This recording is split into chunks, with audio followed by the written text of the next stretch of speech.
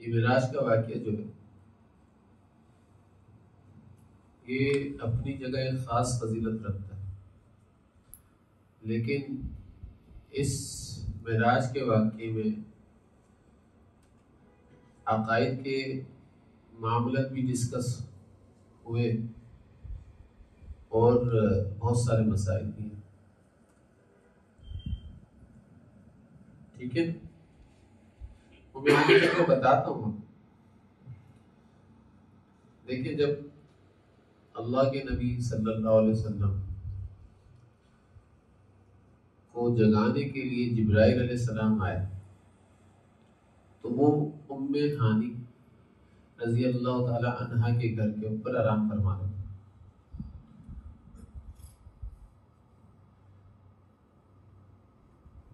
تو جبرائیل علیہ السلام دروازہ بجا کر اندر داخل نہیں ہوئے، بلکہ چھت کے ذریعے سے گھر کے اندر داخل ہوئے اور جگایا ایسے نہیں، جگانے کا طریقہ بھی پوچھا ہے۔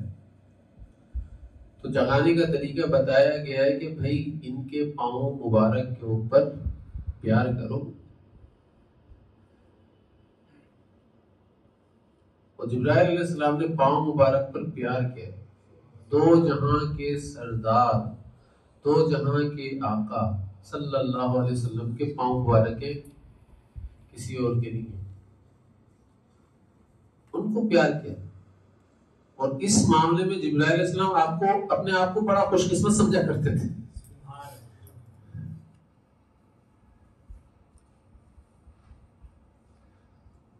کہ میرے ہونٹ پیارے نبی کریم صلی اللہ علیہ وسلم کے پاؤں مبارک پر لگے، میرے ہونٹوں کی شان بڑھ گئی۔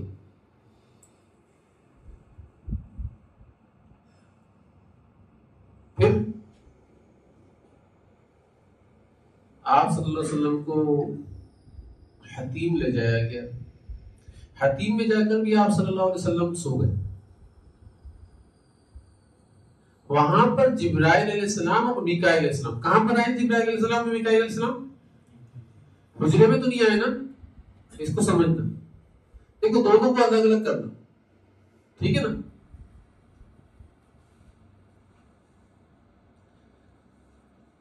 تو حتیم کے اندر دونوں نے اٹھایا ہے، پھر حتیم سے اٹھانے کے بعد بیر زمزم کے کنویں کے پاس لائے ہیں، اور وہاں پر آپ صلی اللہ علیہ وسلم کا سینہ مبارک چاک کیا ہے، آب زمزم سے دھویا ہے۔ آب زمزم سے دھونے کے بعد جو دشت کے اندر ایمان اور حکمت سے بھرا ہوا جو دشت تھا، اس کو آپ صلی اللہ علیہ وسلم کی قلب اطہر کے اندر بھرا ہے، پھر آپ صلی اللہ علیہ وسلم کی قلب اطہر کو بند کر دیا اور سینہ مبارک کو سیل دیا۔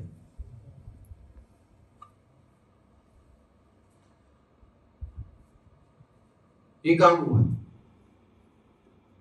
ٹھیک ہے نا۔ پہلا سوال کیا بنتا ہے؟ یہاں پر ایک ادب سکھایا گیا ہے، بتایا گیا، وہ ادب کیا ہے؟ دیکھو یہ آب زمزم حضرت اسماعیل علیہ السلام کی ایڑیوں کی رگڑ سے نکلا ہے، ٹھیک ہے نا۔ جو پانی ایڑیوں کی رگڑ سے نکلا ہو، اس پانی سے آپ صلی اللہ علیہ وسلم کے قلب اطہر کو دھویا جا رہا ہے۔ یہاں پر باپ کا ادب سکھایا گیا، باپ کا ادب سکھایا کہ بیٹا کتنا ہی اونچے مرتبے والا ہو جائے، کتنا ہی اونچے مرتبے والا ہو جائے، لیکن باپ کا مقام جو ہے وہ اللہ کی نظر میں بہت بلند، درجے کے اعتبار سے، بلند مرتبے کے اعتبار سے آپ صلی اللہ علیہ وسلم کا مقام بہت بلند ہے، بہت بلند۔ حضرت اسماعیل علیہ السلام کے مقابلے میں بہت بلند ہے۔ لیکن بھائی ایک عالم، ایک فاضل، ایک عابد کا باپ اگر ہو، مثال دے رہا ہوں، اور وہ علم کے معاملے میں اس درجے پر نہیں، فضیلت کے معاملے میں اس درجے پر نہیں، لیکن کس کا باپ ہی؟ جو علم و فضیلت میں بہت اونچے مقام تک، سب سے اونچا مقام ہی ہے. تو یہاں پر یہ بتایا جا رہا ہے، باپ کے مقام کو سمجھایا جا رہا ہے. پھر آگے بڑھتے ہیں تو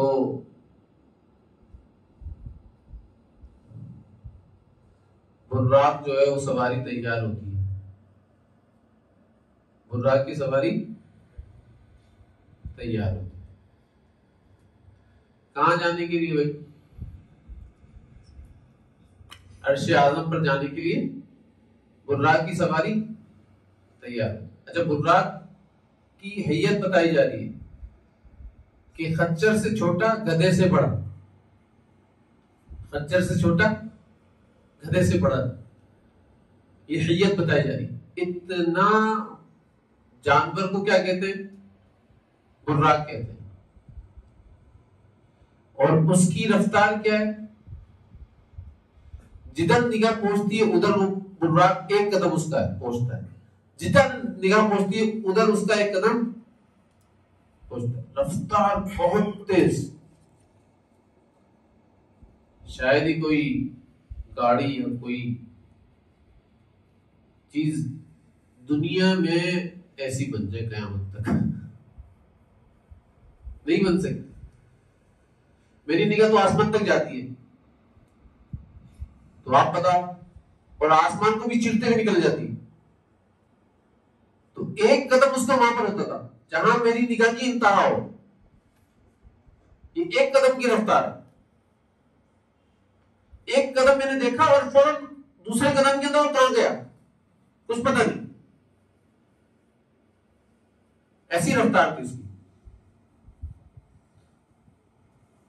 تو یہ براق جو ہے یہ آپ صلی اللہ علیہ وسلم کو مسجد حرام سے بیت المقدس تک لے کر گیا. اب راستے کے اندر پیچھے حضرت جبرائیل علیہ السلام بیٹھے ہوئے، راستے کے اندر کئی چیزیں رونما ہوئی، کئی علاقے آئے. کئی علاقوں کے اندر حضرت جبرائیل علیہ السلام جیسے مدینہ آیا تو مدینے میں 2 رکعت نماز پڑھائی، ٹھیک ہے نا. مدین کا علاقہ آیا تو 2 رکعت نماز پڑھائی، ٹھیک ہے نا. ایسے ہی شجرہ موسیٰ علیہ السلام کا علاقہ آیا، جگہ آئی تو ادھر 2 رکعت نماز پڑھائی. اور جہاں پر عیسیٰ علیہ السلام پیدا ہوئے وہاں پر بھی 2 رکعت نماز پڑھی. پھر جب بیت المقدس پر پہنچ گئے تو بیت المقدس کے اوپر پہنچنے کے بعد سارے انبیاء علیہ السلام اب انتظار کر. یہاں پر آپ صلی اللہ علیہ وسلم نے 2 رکعت نماز پڑھائی اور امامت کروائی، اور سارے انبیاء علیہ السلام حضور اکرم صلی اللہ علیہ وسلم کے مقتدی. امام کون؟ آپ صلی اللہ علیہ وسلم. ایک حدیث کے اندر سارے فرشتے بھی پیچھے آپ صلی اللہ علیہ وسلم کے کھڑے ہوئے تھے اور امامت کروائی اللہ کے نبی صلی اللہ علیہ وسلم. ایک حدیث کے اندر آتا. مسئلہ سنیے گا یہاں. مسئلہ کیا ہے؟ کیا آپ صلی اللہ علیہ وسلم کے پیچھے کھڑے ہوئے سارے انبیاء علیہ السلام نے سورہ فاتحہ پڑھی نہیں پڑھی؟ امام کے پیچھے سورہ فاتحہ پڑھی نہیں پڑھی؟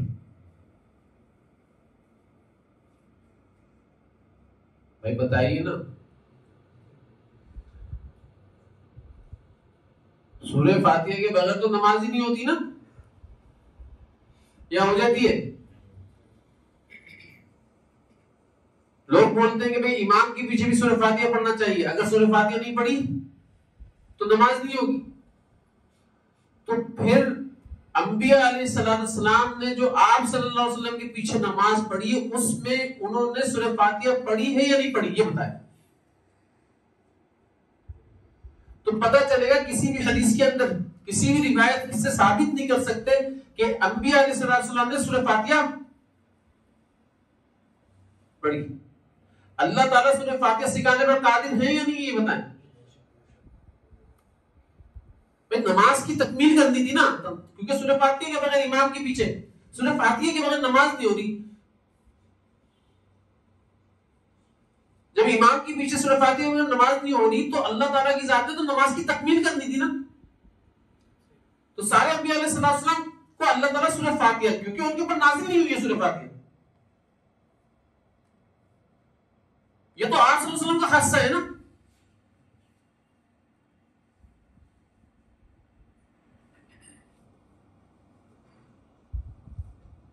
تو جب آپ صلی اللہ علیہ وسلم نے سورہ فاتحہ پڑھی اور سارے انبیاء علیہ السلام نے ان کی قرات کو سنا, تو اب میں نے اور آپ نے نماز کون سی والی پڑھنی ہے, انبیاء علیہ السلام کی ابتدا والی پڑھنی ہے یا اپنی طرف سے جو ہم نے بنائی ہے والی نماز ہم نے پڑھنی ہے, یہ بتائیں. یہ مسئلہ ہے, اس کو سمجھ لیجئے. تو لہذا کسی حدیث کے اندر نہیں آتا کہ امام کے پیچھے قرات کرنی چاہیے, کسی حدیث کے اندر نہیں آتا ہے, کسی حدیث کے اندر نہیں, امام کے پیچھے قرات کسی حدیث میں ثابت نہیں. سمجھ رہے میری بات؟ ایک حدیث ہے لا صلاۃ الا بفاتحۃ الکتاب, کہ سورہ فاتحہ کے بغیر نماز نہیں ہے, لیکن یہ امام کے پیچھے قرات کرنے والا معاملہ نہیں. تو جب امام کی قرات ہی مقتدی کی قرات ہے تو امام سورہ فاتحہ پڑھ رہا ہے نہیں پڑھ رہا ہے, یہ بتاؤ بس. اگر امام نے نہیں پڑھی اب نماز کسی کی بھی نہیں ہو رہی پیچھے. تو لہذا اس مسئلے کو سمجھ, یہاں پر آپ صلی اللہ علیہ وسلم نے سورہ فاتحہ پڑھی, قرات بھی کی, اور پھر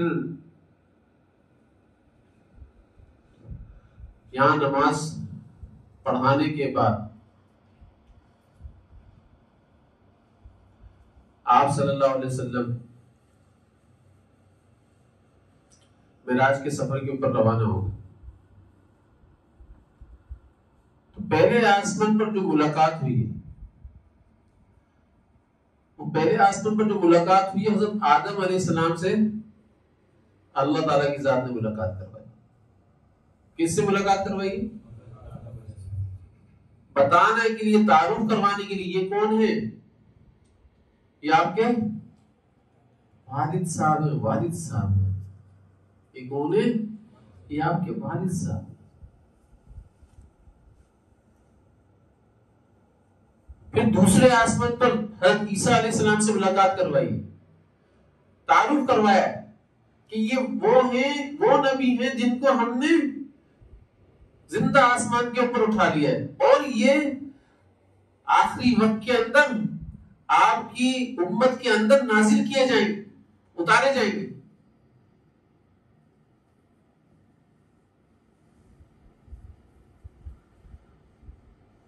اور یہ سلیب کو توڑیں گے. بھائی کوئی عیسیٰ علیہ السلام اپنے آپ کو بولتا ہے, جیسے کہ کسی وقت میں قادیانی بھی بولتا تھا, ایک دفعہ ایک وقت کے اندر مرزا غلام احمد قادیانی, کہ بھائی میں عیسیٰ ہوں. تو عیسیٰ علیہ السلام کی نشانیاں بھی تو یاد ہونی چاہیے نا, یا نہیں یاد ہونی چاہیے؟ کہ وہ سلیب کو توڑ دیں گے آ کر, مطلب عیسائیت کو ختم کر دیں گے, اور خنزیر کو قتل کریں گے, یہودیت کو ختم کر دیں گے. کس کو؟ یہودیت کو ختم کر دیں گے. یہ اگر آ گئے تھے بھائی تو آپ بتاؤ تو صحیح, کہاں پر یہودیت ختم ہوئی, کہاں پر عیسائیت ختم ہوئی؟ نعوذ باللہ من ذلک.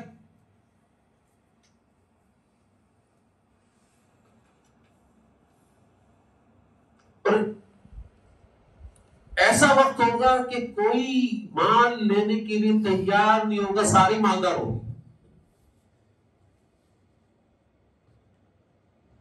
سارے مالدار ہوں گے، کوئی مال لینے کے لیے تیار نہیں ہوگا۔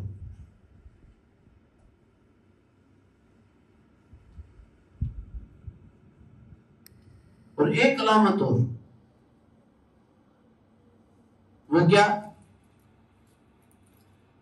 جواب دے رہا ہوں، یہ اس کو بھی سمجھیے گا، کسی خاص طبقہ فکر کا جواب ہے۔ ایک علامت اور کہ حدیث کے اندر آتا ہے کہ عیسیٰ علیہ السلام آپ صلی اللہ علیہ وسلم کی قبر پر جائیں گے اور بولیں گے یا محمد السلام علیکم، تو آپ صلی اللہ علیہ وسلم جواب دیں گے وعلیکم السلام یا عیسیٰ بن مریم۔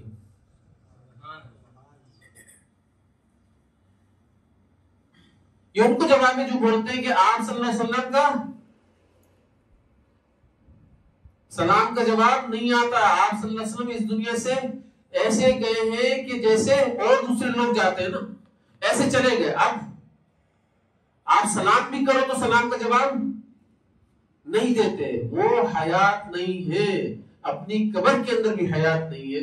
تو یہ بتایا جا رہا ہے، یہ حدیث موجود ہے، مستند حدیث بتا رہا ہوں آپ کو،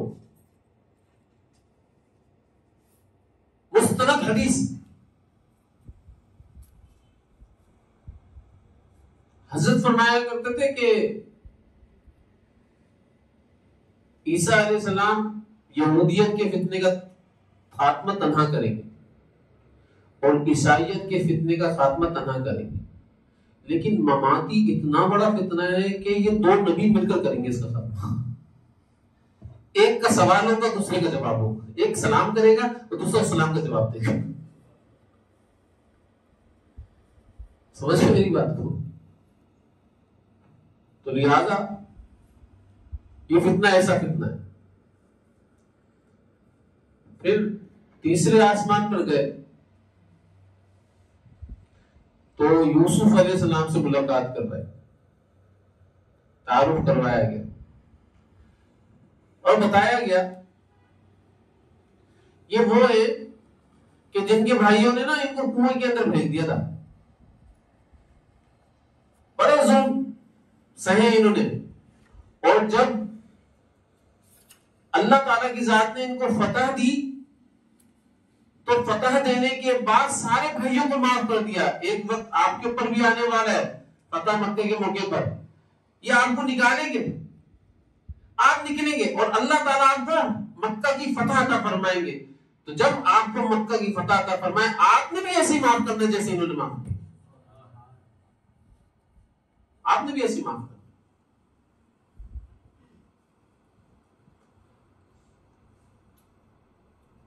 جیسے کہ یوسف علیہ السلام نے کیا کہا تھا، قال لا تثریب علیکم اليوم، کیا مطلب ہوتا ہے اس کا؟ جیسے کوئی آ کر بولے تم نے تو میرے ساتھ فلاں کیا تھا، جس کے ساتھ کیا تھا اس کو آ کر بولے کہ بھئی یہ وہ ہے کہ اس نے تمہارے ساتھ فلاں چیز کام خراب کیا تھا، تو وہ بندہ بولے کب کیا تھا، کب کیا تھا مجھے تو یاد ہی نہیں۔ لا تثریب علیکم اليوم کا مطلب یہ مجھے تو کچھ بھی یاد نہیں، کبھی ہمارے درمیان میں کوئی اختلاف ہوا تھا، کبھی ہمارے درمیان میں کوئی لڑائی ہوئی تھی، کبھی ہمارے درمیان میں کوئی مسئلہ ہوا تھا کہ انہوں نے میرے بھائیوں نے کیا تھا، مجھے تو کچھ بھی یاد نہیں ہے ہی نہیں کچھ۔ تو حضور صلی اللہ علیہ وسلم نے بھی یہی جواب دیا تھا، بھائی میں آج کے دن وہی جواب دیتا ہوں جو میرے بھائی یوسف علیہ السلام نے دیا ہے، لا تثریب علیکم اليوم، آج میں نے سب کو معاف کر دیا ہے، کسی پر کوئی الزام نہیں، کسی پر کوئی الزام نہیں۔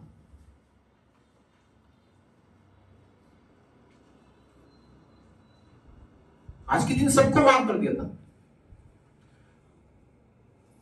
پھر چوتھے آسمان پر ادریس علیہ السلام سے ملاقات کروائی،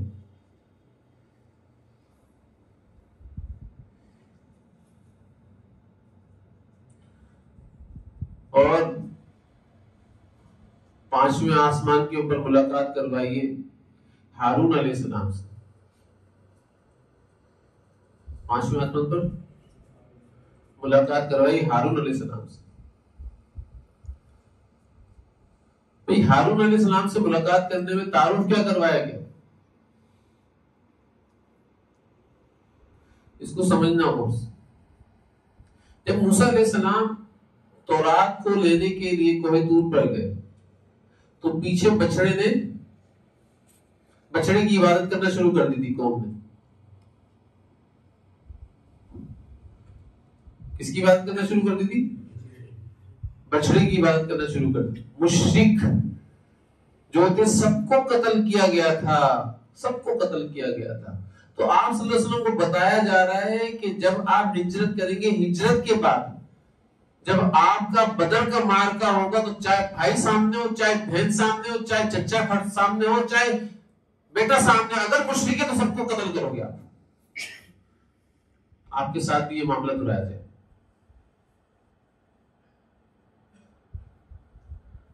قتل کیے جائیں گے یہ لوگ مشرکی.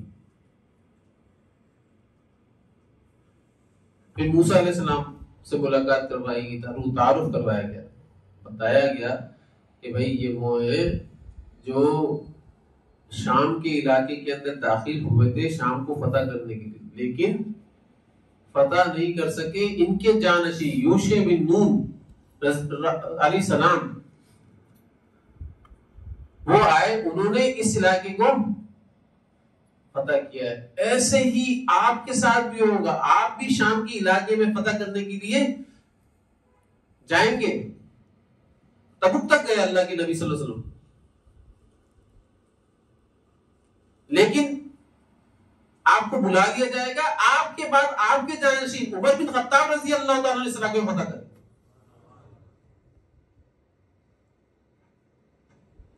بالکل ایسا ہی ہو کہ چھٹے آسمان میں ملاقات کروائی جائے اور ساتویں آسمان کے اوپر ملاقات ابراہیم علیہ السلام سے، جو باپ ہے، باپ. ٹھیک ہے نا. اور دیکھو ملاقات کا طریقہ کیا ہے. سب نبی انبیاء علیہ السلام کھڑے ہو کر ملے آپ صلی اللہ علیہ وسلم کی ذات سے، کھڑے ہو کر ملے. اور ابراہیم علیہ السلام بیٹھے ہوئے ہیں، آپ صلی اللہ علیہ وسلم جا کر ملے ہیں. بتایا باپ کا ادب یہ جا کر ملو. سمجھے؟ بتایا ہے بھائی باپ کا ادب کیا ہے، جا کر ملاقات کرو. لہذا پھر اس کے بعد آپ صلی اللہ علیہ وسلم سدرۃ المنتہا تک پہنچے.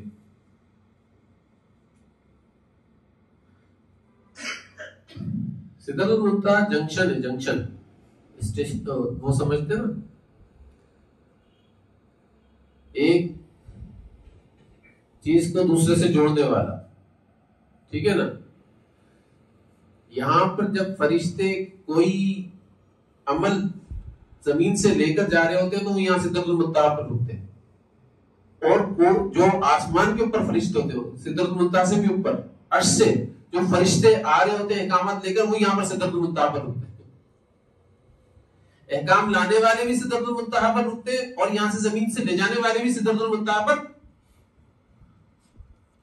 ٹھہرتے. بیری کا درخت سدرا کہتے ہیں بیری کو. تو یہ سدرۃ المنتہا کہلاتا ہے. پھر یہاں سے آپ صلی اللہ علیہ وسلم نے سفر کیا ہے اور تنہا سفر کیا ہے. ردیف الاقلام تک پہنچے آپ صلی اللہ علیہ وسلم.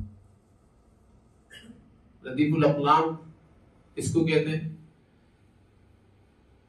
جہاں پر تقدیر کے قلم چل رہے ہیں، قدرت کی قلم چل رہے ہیں. ٹھیک ہے نا. وہاں آپ صلی اللہ علیہ وسلم پہنچے. پھر مکان ختم ہو گیا، اب لا مکان شروع ہو گیا.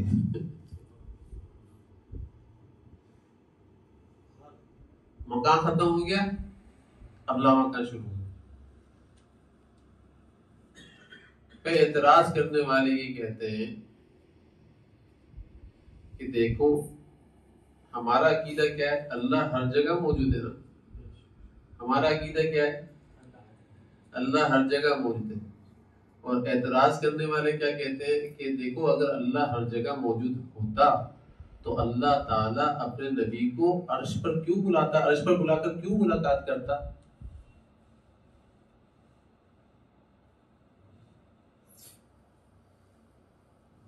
ٹھیک ہے نا. اعتراض کرنے والے سوال کرتے تو بھائی کیا بولتے ہیں وہ کہ اللہ عرش پر ہے. تو اس کا جواب کیا ہے؟ اگر اللہ عرش پر ہے تو موسیٰ علیہ السلام سے اللہ تعالیٰ بات کہاں کرتے تھے؟ کہاں بات ہوتی تھی؟ کوہ طور پر. تو بھائی کوہ طور پر بلا کر بات کرنے کا کیا مسئلہ ہے؟ کیا مطلب ہے؟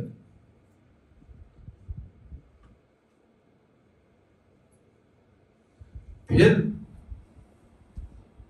اگر ایسی ہی بات ہے، اللہ تعالیٰ کی ذات نے اپنے نبی صلی اللہ علیہ وسلم کو کیا کہا کہ قریب ہو جاؤ، قریب ہو جاؤ.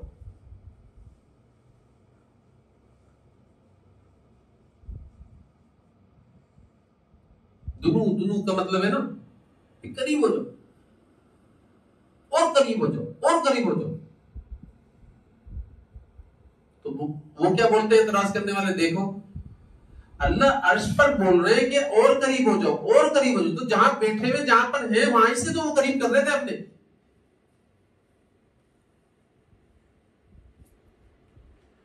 تو ہم کیا بولتے ہیں کہ بھائی قرآن شریف کے اندر کیا آتا ہے؟ قرآن شریف کے اندر یہ آتا ہے وسجد وقت طریق. آتا ہے یا نہیں آتا؟ تو وسجد کا مطلب کیا ہے؟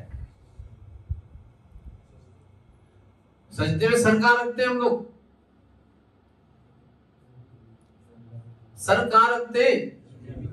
زمین کے اوپر رکھتے ہیں. جب زمین کے اوپر رکھتے ہیں تو اللہ تعالیٰ کیا بول رہے ہیں سجدہ کرنے والے کو؟ وقت قریب. کہ بھائی جو زمین کے اوپر سجدہ میں سر رکھتا ہے وہ بھی کیا ہے؟ وہ بھی میرے قریب ہو رہا ہے. میں اس کو بھی بول رہا ہوں کہ وقت قریب، اور قریب ہو جا میرے بھائی، اور قریب ہو جا. تو زمین پر ہو یا عرش پر ہو، اللہ تعالیٰ تو ہر جگہ موجود ہے نا، یا نہیں؟ پھر دوسرا سوال کا جواب،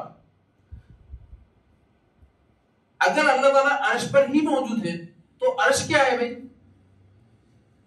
عرش کیا ہے؟ مخلوق. تو اس مخلوق سے پہلے ہی تھے نا اللہ تعالیٰ. تو یہ تو بنی ہے نا. اللہ تعالیٰ تو ازل سے.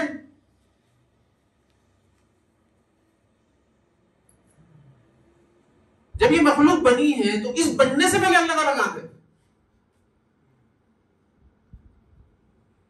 بھائی سمجھ میں آ رہی ہے میری بات ہے؟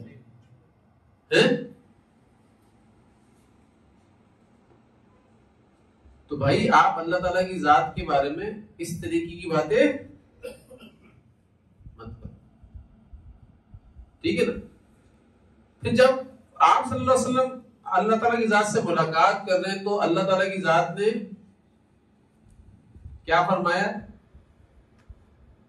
اللہ کے نبی صلی اللہ علیہ وسلم نے کیا فرمایا؟ التحیات للہ والصلوات والطیبات. کیا مطلب ہے؟ میری زبانی جتنی بھی عبادت ہے سب آپ کے لیے.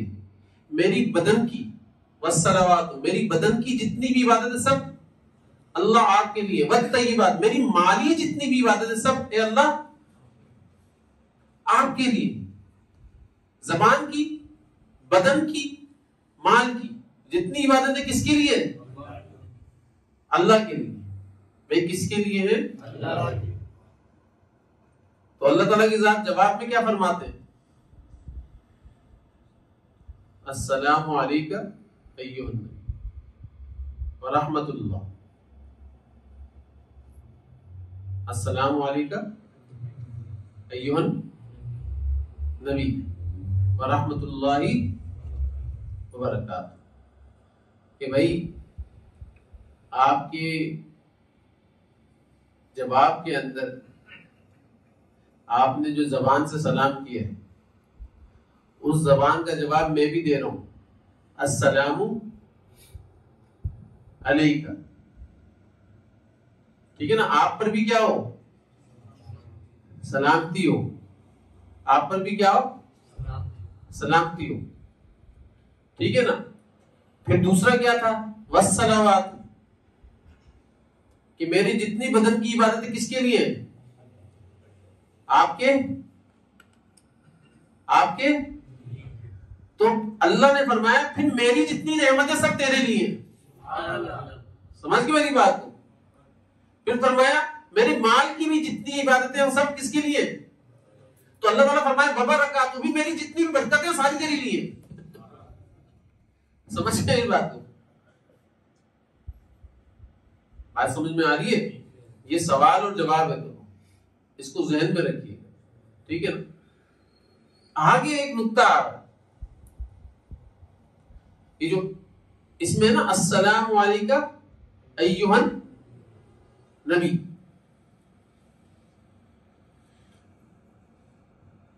تو یہ جو نقطہ ہے یہ کچھ لوگ بولتے ہیں کہ بھائی اذان سے پہلے الصلاۃ والسلام علیکہ یا رسول اللہ پڑھنا چاہیے، ٹھیک ہے نا؟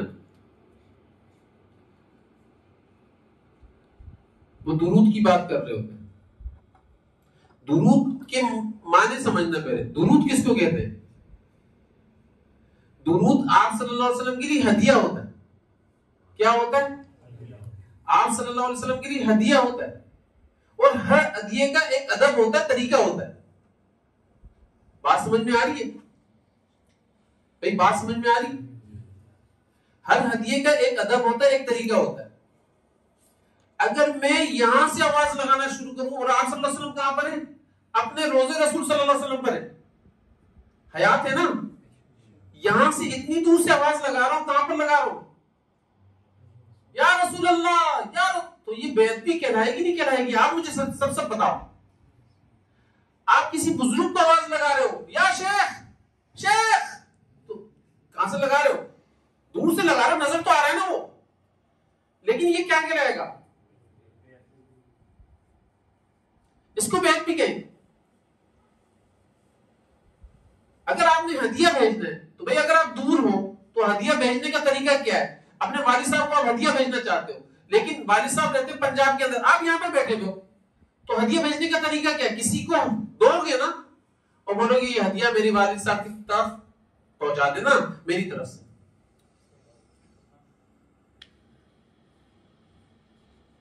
تو ہم بھی اللہ کے نبی صلی اللہ علیہ وسلم کو درود شریف کا ہدیہ دیتے ہیں، دور سے دے رہے ہیں، تو ہم کیا بولتے ہیں؟ یہ فرشتوں کو دے رہے ہیں، اے فرشتوں پیارے نبی کریم صلی اللہ علیہ وسلم کی ذات تک اس ہدیے کو پہنچا دیں۔ سمجھ میں آ رہی؟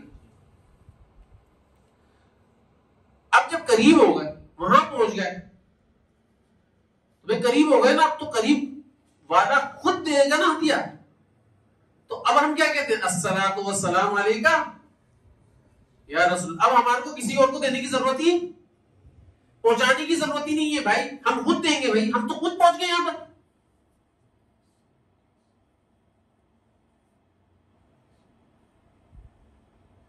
تو دیکھو یاد رکھنا، وہاں پر بھی ایک اذان ہوئی تھی جب بیت المقدس کے اندر آپ صلی اللہ علیہ وسلم نے امامت کرائی، اس کی بھی ایک اذان ہوئی ہے، اس کی اقامت بھی ہوئی ہے۔ وہاں پر کوئی بھی ایسا اضافہ اذان کے اندر نہیں ہے بھئی۔ اگر یہ اسی کی چھوٹ دے دی جائے تو پھر ہم اذان کہاں ختم ہوتی ہے؟ لا الہ، تو وہ محمد رسول اللہ بھی پڑھ لیں، محمد رسول اللہ پر ختم کر دیتے نا اذان، لا الہ الا اللہ پر کیوں ختم کر رہے؟ جب الصلاۃ والسلام علیکہ یا رسول اللہ اذان سے پہلے کہنا ٹھیک ہے، تو بھئی محمد رسول اللہ اذان کے بعد کہنا بھی ٹھیک ہوگا نا، پھر کہنے میں کوئی حرج ہے؟ پھر جب ہم وہاں پر اس طریقے سے نہیں کر سکتے تو یہاں پر بھی نہیں کر سکتے۔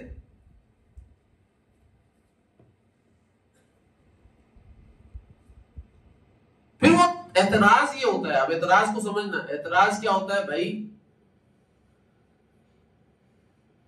ایھا النبی، یہ تو بھائی اللہ کی ذات نے آپ صلی اللہ علیہ وسلم کی ذات کو کہا، ٹھیک ہے نا؟ کس نے کہا؟ تو آپ صلی اللہ علیہ وسلم کہاں تھے؟ سامنے تھے نا؟ کہاں تھے؟ اور اللہ کے سامنے تو ہر بندہ ہے نا.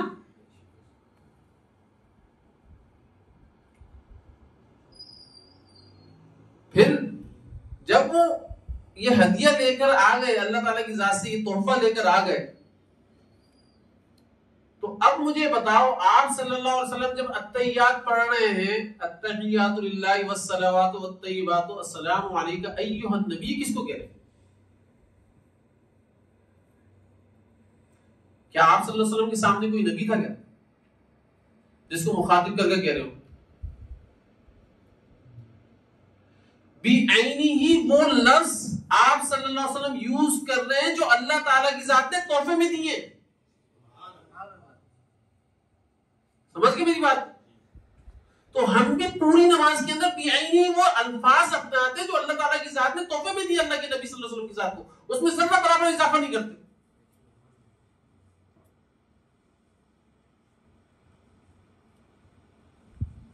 ذرہ برابر اضافہ، وہی الفاظ اپنا رہے.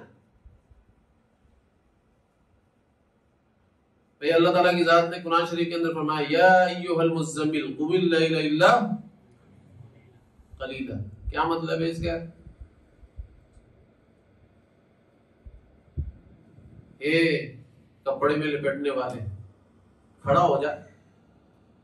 بھائی میں حکم دے سکتا ہوں اللہ کے نبی صلی اللہ علیہ وسلم کی ذات، دے سکتا ہوں، لیکن الفاظ تو یہی پڑھ تو میں رہا ہوں نا، یا ایھا المزمل قم اللیل الا. تو کون ہوتا ہے حکم دینے والا؟ نعوذ باللہ من ذلک. اس کا مطلب یہ نہیں ہے، اس کا مطلب یہ جو اللہ تعالیٰ کی ذات نے قرآن شریف اتارا ہے، جن الفاظوں کے ساتھ اتارا ہے، آپ اس الفاظوں کو پڑھ رہے ہیں، نقل کر رہے ہیں. آپ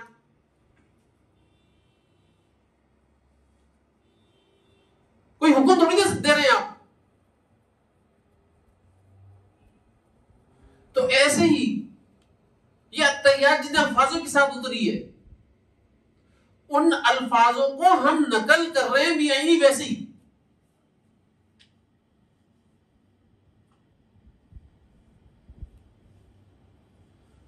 سمجھ میں آ رہی ہے میری بات ہے؟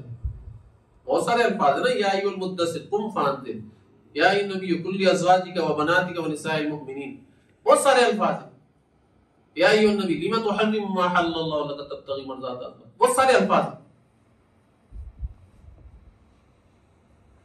بہت سارے الفاظ ہی نہیں ہیں، لیکن ہم سارے الفاظوں میں، اور یہ سارے الفاظ وہ ہیں جس میں حکم دیا جائے، نبی جی کو حکم دیا جائے.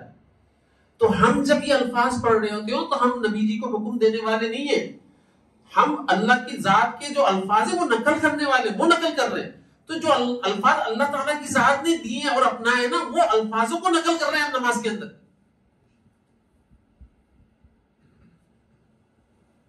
اس سے کچھ اور ثابت نہیں ہو رہا ہے. یہ مسئلہ سمجھ میں آ رہا ہے؟ تو ایک شخص آیا امام ابو حنیفہ رحمۃ اللہ علیہ کے پاس، فرمانے لگا کہ ببی بابین. تو امام ابو حنیفہ رحمۃ اللہ علیہ نے فرمایا بابین، اور چلا گیا.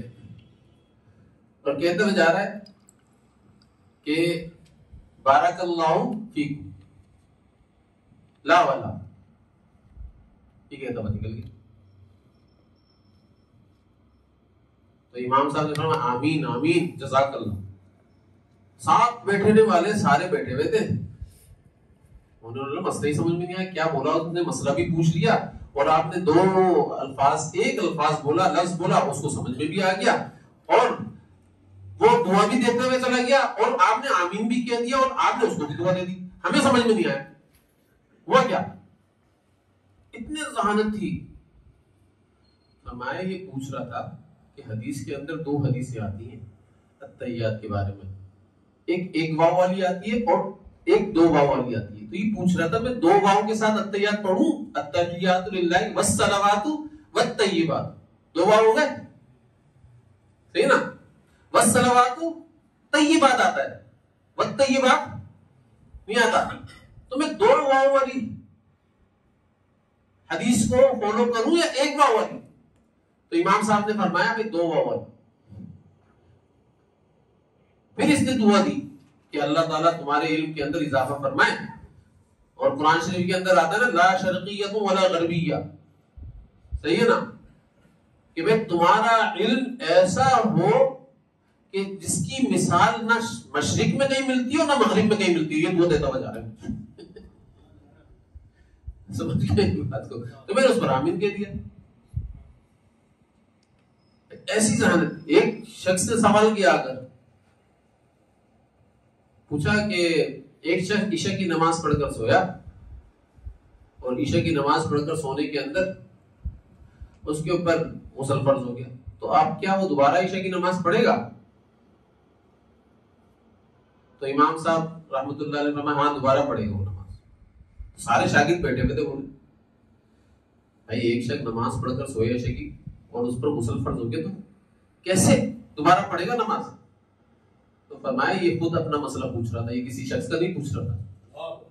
صحیح ہے نا؟ یہ جس وقت نماز پڑھ کر سویا اس وقت نابالغ تھا, ٹھیک ہے نا, اور اس پر عشاء کی نماز اس وقت فرض ہی نہیں تھی. سمجھ گئے؟ اب بالغ ہونے کے بعد اس کے اوپر فرض ہو گئی, وہ نماز نہیں مانی جائے گی جو فرض ہی نہیں تھی. سمجھ گئے میری بات؟ وہ نماز ہی نہیں مانی جائے گی. اب بالغ ہونے کے بعد جو فرض ہے نا وہ تو اس کو پڑھنی ہی پڑھنی ہے. بھائی سمجھ میں آ رہی ہے مسئلہ؟ تو امام ابو حنیفہ رحمۃ اللہ علیہ پڑھی دے.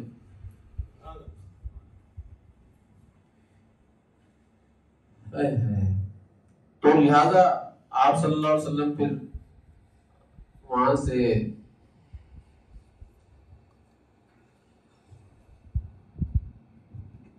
التحیات اور نماز کا تحفہ لے کر آئے اور پھر پوری نماز جو ہے وہ ہم تک پہنچائے. سمجھ میں آ رہی؟ نماز ہم تک پہنچائے. نماز کے تواتر کے ساتھ آپ صلی اللہ علیہ وسلم کے طریقے سے ثابت ہے. جیسے آپ صلی اللہ علیہ وسلم نے پڑھی ویسی نماز پڑھنی چاہیے. تو امام ابو حنیفہ رحمۃ اللہ علیہ شاگرد کس کے؟ انس بن مالک رضی اللہ تعالیٰ, اور انس بن مالک رضی اللہ تعالیٰ عنہ شاگرد کس کے؟ آپ صلی اللہ علیہ وسلم کے ساتھ. اگر میں سر پر ہاتھ رکھ کر نماز پڑھ رہا ہوں تو آپ سب لوگ مجھے ٹوکیں گے نہیں ٹوکیں گے؟ اس دور میں ٹوکیں گے نہیں ٹوکیں گے؟ کیسے پڑھ رہے نماز؟ امام ابو حنیفہ نے نماز کیسے پڑھی؟ ایسے. اگر وہ غلط نماز پڑھ رہے تھے تو صحابہ کرام ٹوکتے یا نہیں ٹوکتے؟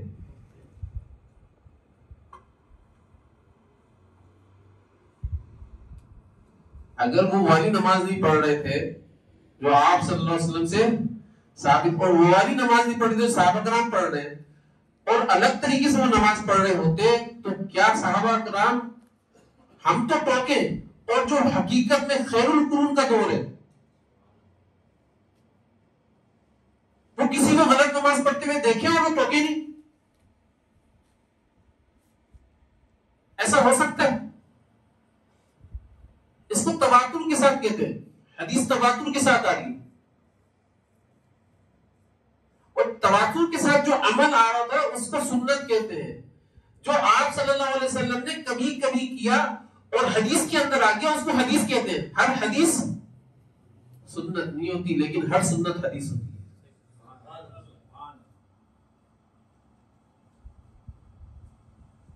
سمجھ رہے ہو میری بات کو؟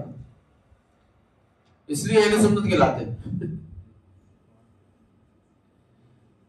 کہ تواتر عملی کے اوپر عمل ہو رہا ہوتا ہے. بھائی امام بخاری رحمت اللہ علیہ احادیث والی لے کر آئے ہیں. علماء محدثین بھی فرماتے ہیں اس بات کو, والی احادیث لے کر آئے ہیں جو آپ صلی اللہ علیہ وسلم نے عمل کیا ہے, حدیث موجود ہے, اس کو امام بخاری رحمت اللہ علیہ نے لکھ دیا, کہیں کسی وقت کے اندر یہ ختم نہ ہو جائے.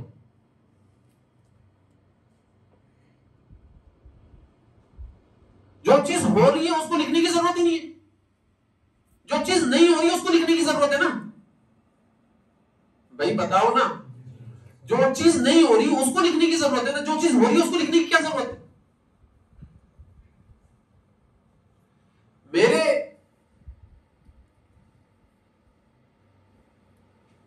سارے علاقے کے اندر سارا علاقہ ایک شکل کے اندر نماز پڑھ رہا ہے, تو یہ تو سارا ہی پڑھ رہا ہے نا, اس کو میرے کو لکھنے کی کیا ضرورت ہے؟ لیکن بھائی ایسے بھی ہوا ہے, اسی کو لکھوں گا نا,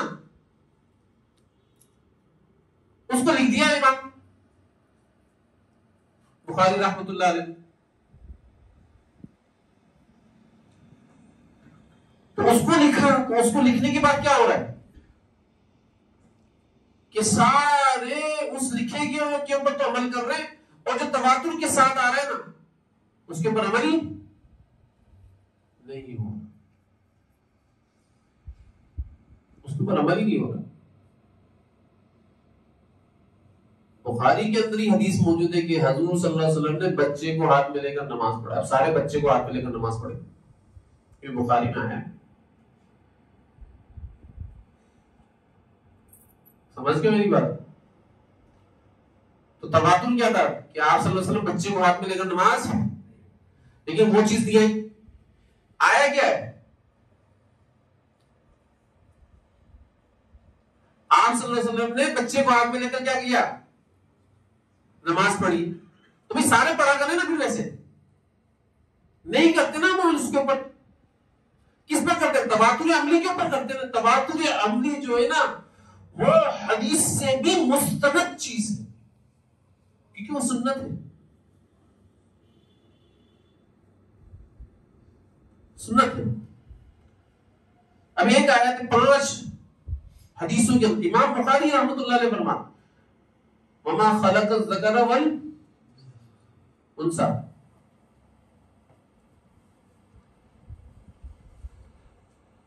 لیکن احادیث مبارکہ کے اندر دیکھیں آپ, والذکر والانثى, وما خلق الذکر والانثى بخاری کی حدیث ہے. تو اب کیا والذکر والانثى پڑھیں گے ہم لوگ؟ نہیں بھائی, جب ہم دیکھیں گے صحابہ کرام نے اس کو کیا پڑھا ہے, اور تابعین نے اس کو کیا لیا ہے, اور تبع تابعین نے کیا پڑھا ہے, تو جب پتا چلے گا تواتر کے ساتھ وما خلق الذکر والانثى پڑھا جا رہا ہے, تو ہم ان 5 حدیث کو چھوڑ دیتے ہیں, بولتے نہیں وما خلق الذکر والانثى پڑھیں گے. حقیقت بتا رہا ہوں, قرآن شریف کیا ہے, لیکن حدیث کے اندر کیا آ رہا ہے, تو اس کو بھی نہیں عمل کر رہے, اس لیے کہ تواتر عملی کے اوپر عمل کرنا تھا نا. کیسے پڑھا گیا ہے؟ تو ہم نماز بھی ویسی ہی پڑھیں گے جو تواتر کے ساتھ چلی آ رہی ہے, چاہے وہ خواتین کی نماز ہو, چاہے وہ مرد حضرات کی نماز ہو. نماز کے مسائل, کیونکہ نماز کے مسائل اور نماز آپ صلی اللہ علیہ وسلم لے کر آئے نا, معراج کا تحفہ ہے. تو ہم نے وہ نماز پڑھنی جو آپ صلی اللہ علیہ وسلم کی سنت ہے, آپ صلی اللہ علیہ وسلم کی سنت. جو حدیث ہے وہ کبھی کبھی کیا ہے, ٹھیک ہے نا. تواتر عملی کے مقابلے میں حدیث معتبر نہیں ہوتی. کون معتبر ہوتی ہے چیزیں پھر؟ تواتر ہے,